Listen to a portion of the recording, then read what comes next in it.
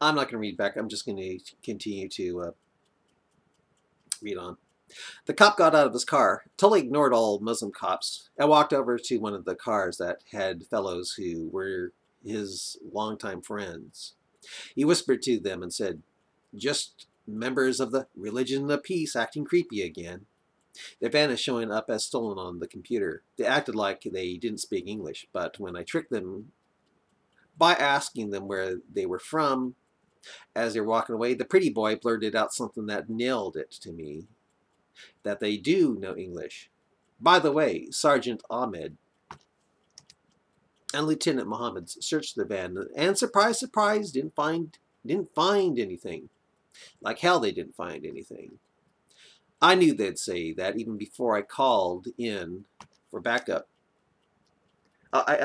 Even before I even call before I called in for the bomb sniffers. The cop in the driver's seat asked, "What will we do if the dogs start scratching and barking?"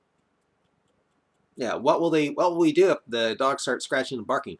I'm going to have one of our Muslim buddies lay it out. I'm going to have one of our Muslim buddies lay it out. I want video rolling. This will finally be proof that Islam is a threat, and that even Muslim cops can't be trusted. This, I feel, is a godsend for us. Maybe this can keep Islam from taking over so fast, said the cop, trying to act like he wasn't excited. The cop in the driver's seat said to one in the passenger seat, "The reason why Islam is taking over is because we just haven't played cowboys and Muslims yet." The cop in the passenger seat then nearly shouted out in an angry whisper, "Well, we sure in hell better start. Whole damn country, well, hell, the whole damn world is on the verge of having its patootie in the air." The cop at the wheel burst out laughing and said, "Patootie in the air? That is just so right on. Did you make that up?" No, I heard that. No, I heard that Muslim in that car complaining about it. He said it's going around on the net like a computer virus. The cop at the wheel laughed again and said, "Patootie in the air. Man, I love it." Silly as the police sniffer dogs were put in the van, they immediately started scratching and barking at stuff.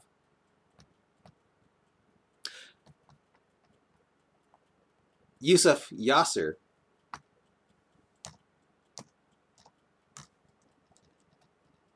and the others looked horror-stricken to see the dogs doing their job around them, and the Muslim cops in their cars looking horrified as well.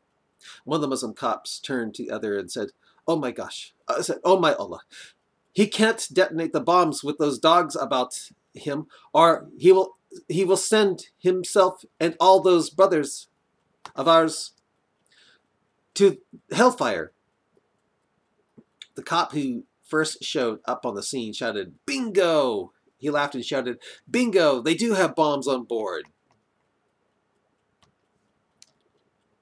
And guess what? I know a little bit about Islam myself. There is no way in hell those guys can blow themselves up with dogs about them. If they do, if they die with dogs, it's like dying with a pig. They believe they go straight to hell. If they die with a dog, that's why a blah blah flew his dog on a separate plane and not with him on Air Force One. And the cop danced a little jig. He then ordered his fellow cops to back up just in case the Muslims accidentally blew themselves up with the sniffer dogs. The cop, after dancing a happy jig on video, shouted out to the camera, "Do you see this? Do you see this? These Muslim cops over here, right here, said there were no bombs in that van. They taqiyyad, folks. You know what that means? They lied. And they are lying to us, to all of us. So they will eventually saw our heads off. Saw our heads off. Saw our heads off when they feel they can without backlash from us." Muslim cops just sat there in their cars looking horrified. One turned to another, then said, "Can we shoot the Kafir cops and say it was The brothers in the van. The Muslim cop sitting in the passenger seat turned and said, "This is not my brother. I think it's the only thing we can do. Sheriff Jamal should cover up for us. I sure hope the other brothers join in with us."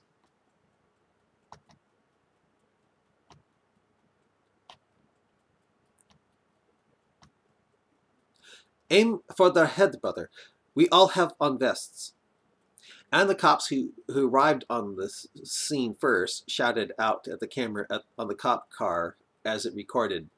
Oh, and the cop who arrived on the scene first shouted at the camera on the cop car as it recorded. There was desperation in his voice as he thought about the line from the movie They Live and recited it. "They're going to be our masters. Wake up! They're all about you, all around you." Suddenly a gunshot rang out. The bullets just missed the cop's head. The cop turned about in horror and saw the Muslim cops aiming to take another shot as his brother in the faith grabbed for the shotgun. The Muslim cop let out a surprisingly... Yeah. The non-Muslim cop let out a surprisingly falsetto-like scream and ran to take cover. Suddenly, the windows of the non-Muslim cop cars started shattering as the Muslim cop cars fired at them. The Muslims in the van cheered Allahu Akbar as the shooting commenced. As the non-Muslim cops fired back, the Muslims in the van shot the dogs that were starting to attack them and tried to shoot the non-Muslim cops as well. Suddenly, there was a sound of a helicopter circling overhead. It was a police chopper who couldn't believe his eyes at what was taking place down below him. The fellow in the next seat to him was a Muslim.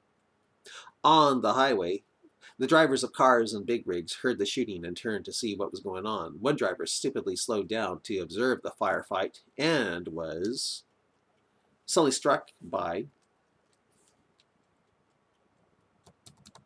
a driver.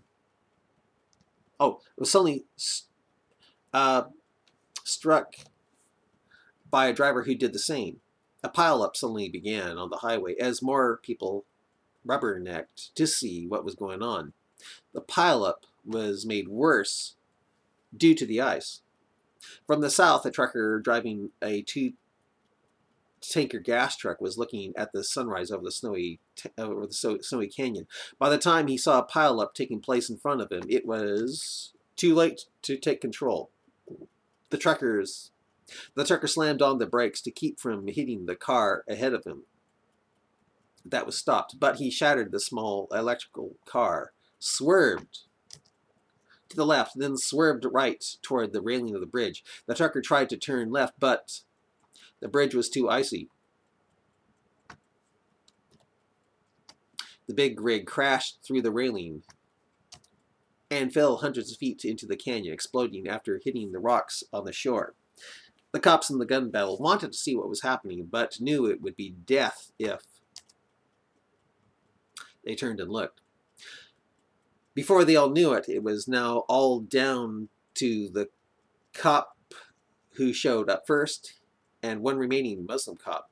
Both were now hiding behind bullet-ridden cars. The Muslims in the van were almost out of ammo. "He's reloading, brother," shouted Wali Eldin. The last remaining Muslim cop quickly ran out to shoot him, shouting Allahu Akbar as he charged. But right when he turned the corner, the cop wearing an extra gun he secretly had strapped to his calf shot him between the eyes. The cop, avoiding the fire from the van, picked up the speaker that now had a bullet hole in it, then shouted with fury, "You have just proven my point. You have proven my point. You have proven my point. And it's recorded on video. Throw down your weapons, get out of the van, and give yourselves up. There is no escape for you, and I will wait till doomsday until you give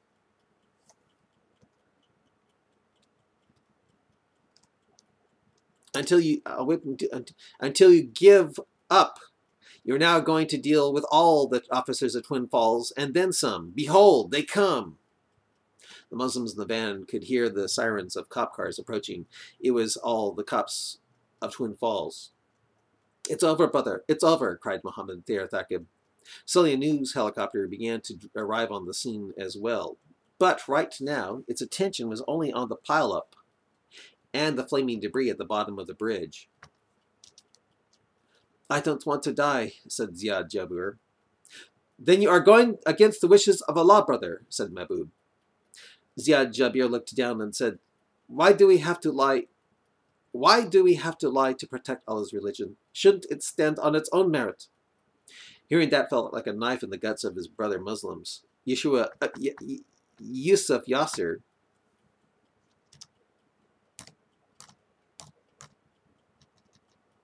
suddenly got an idea. He started up the van and started moving it ahead.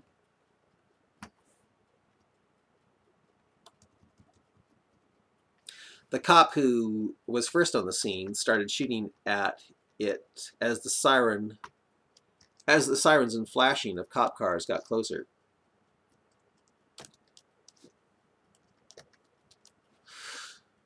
All of you, jump out on my orders and grab for a police car for possible martyrdom, shouted Yasser as he started to turn the van about. He then shouted, You might not have strong faith in Allah, O Ziad, but I do. As the van turned away from the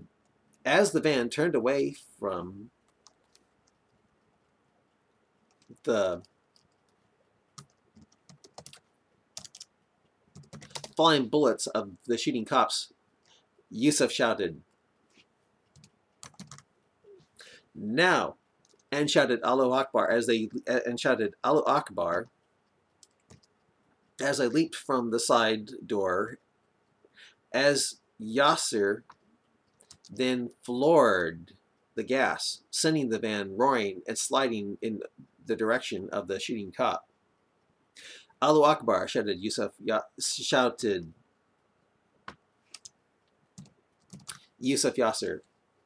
driving the van with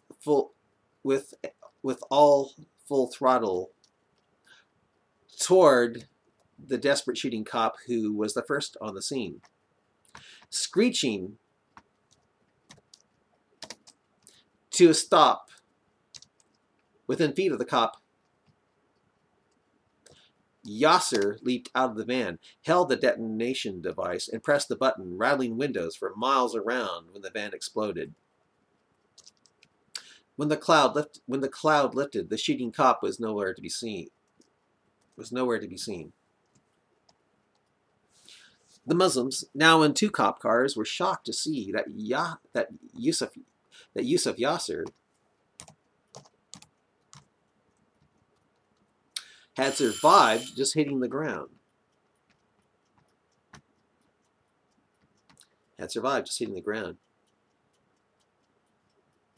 He got up amazed and incredulous that he had survived. Allahu Akbar, shouted the Muslims with excitement. The van had exploded 40 feet from Yusuf Yasser, yet Yasser had survived unscathed.